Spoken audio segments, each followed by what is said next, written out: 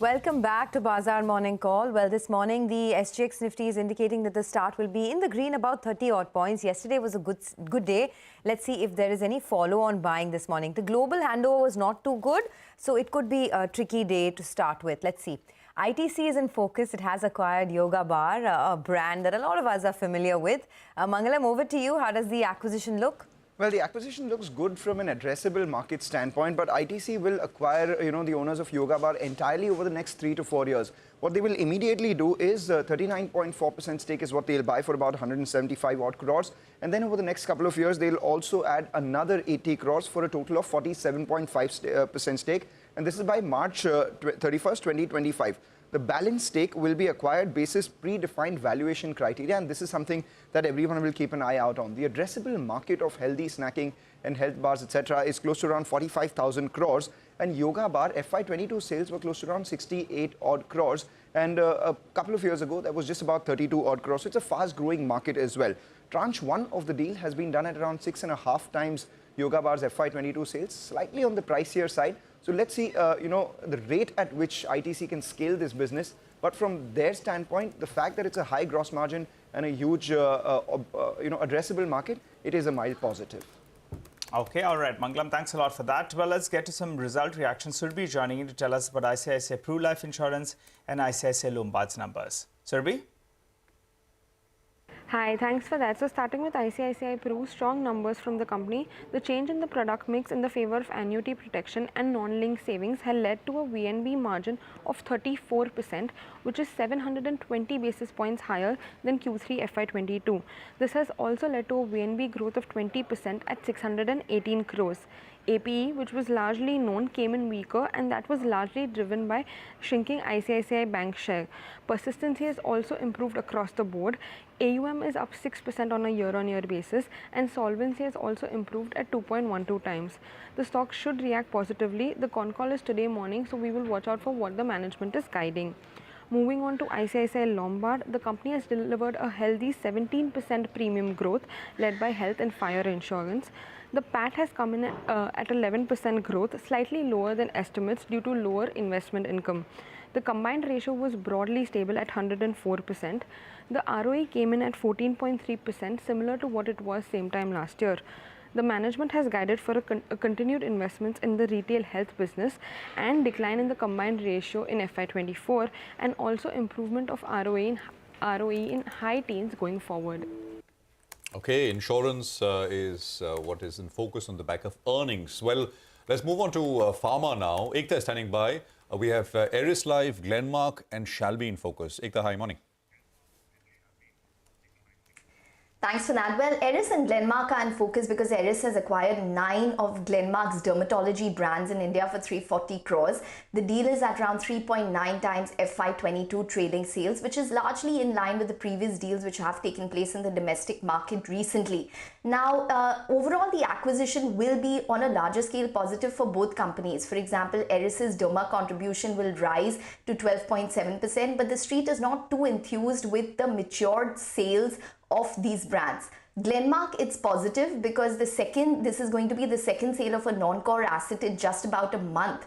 So Glenmark is focused in terms of divesting non-core assets, so that's a positive. For Eris, the numbers have been weak, so that's going to weigh. Revenue was up 27%, but standalone growth of around 9.5% missed estimates versus a mid-teen growth expectation, and margins have reduced to 32% versus 36.6% year-on-year and are flat on a Q-on-Q basis as well. Shalby, I expect the stock to probably be in the red because of margins. Revenue was up 25%, but margins were 15.5% versus 17.4% year-on-year and versus 18% last quarter. But in terms of the hospital business, occupancies have risen to 43.2% versus 41.5%. Implant business has done well for them, which is up 153% year-on-year. So that might remove the sting from the margins, but overall maybe a possible red for Shalby as well as for Eris. Okay, possible red for Shalby and Eris. Thanks a lot for that. Well, Delta Corp came out with its numbers and Tata Metaliks also in focus. Nigel, you're watching both these names? Yeah, let's go with Tata Metaliks since that's my core sector. Well, out there, they had a blast furnace shutdown for some part of the past quarter, but yet they delivered a growth on the top line. The problem is margin improvement was not as much as anticipated. It was up only around 30 bips or so. And the EBIT number, well, on the power business, which is the pig iron business, which is the commoditized business, there was some improvement. But the street would have liked to see the ductile iron pipes business. And the EBIT out there has come in low on a sequential basis as well as on a year-on-year basis. That's despite having volumes up by 10 to around 15%.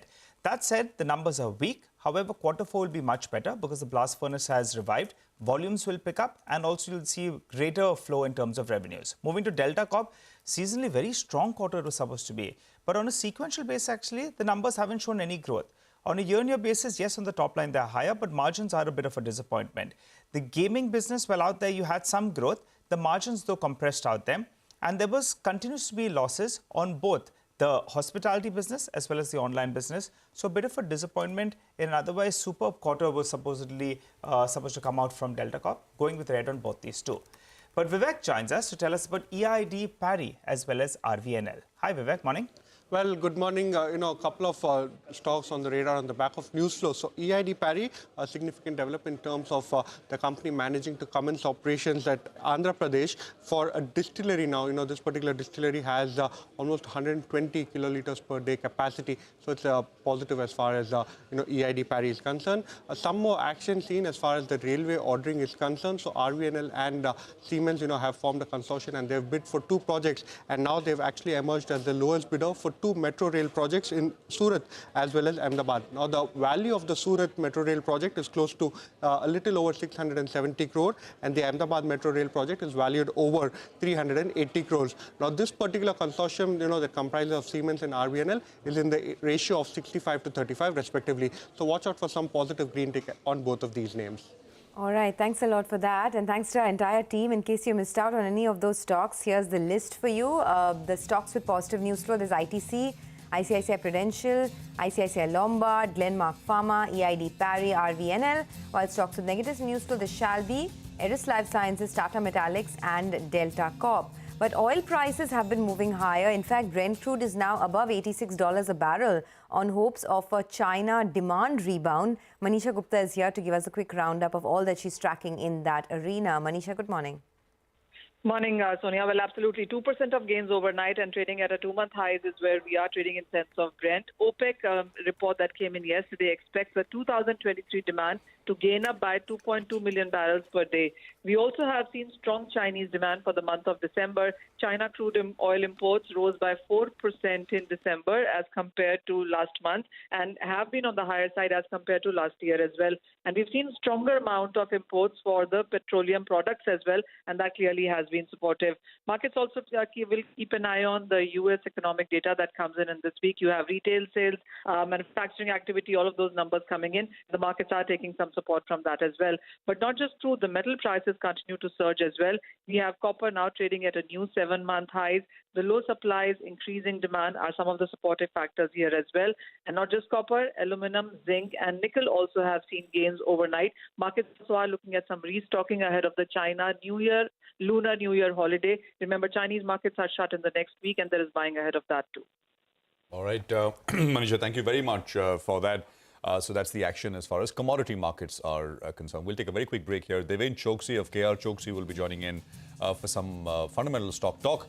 Later, we'll have a lot of commentary coming in from the World Economic Forum, which is underway in Davos, Switzerland.